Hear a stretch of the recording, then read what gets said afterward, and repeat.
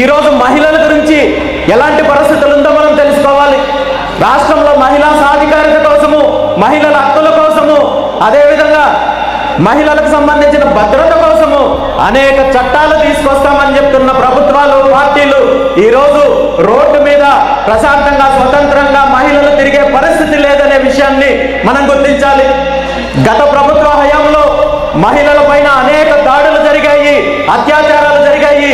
సుమారు 30,000 మంది మహిళలు ఈ ప్రభుత్వంలో కనబడకుండా పోయారు అని చెప్పి ప్రచారం చేసిన ఇప్పుడు ప్రభుత్వంలో అధికారంలో ఉన్న చంద్రబాబు నాయుడు గారు, అదేవిధంగా పవన్ కళ్యాణ్ గారు మరి ఇప్పటి వరకు వాటిపైన ఎందుకు విచారణ చేయలేదనే విషయాన్ని ఈరోజు ప్రశ్నిస్తున్నాను.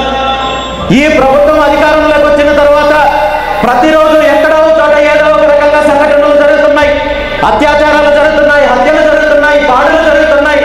కానీ ఇప్పటి వరకు ఎక్కడ చర్యలు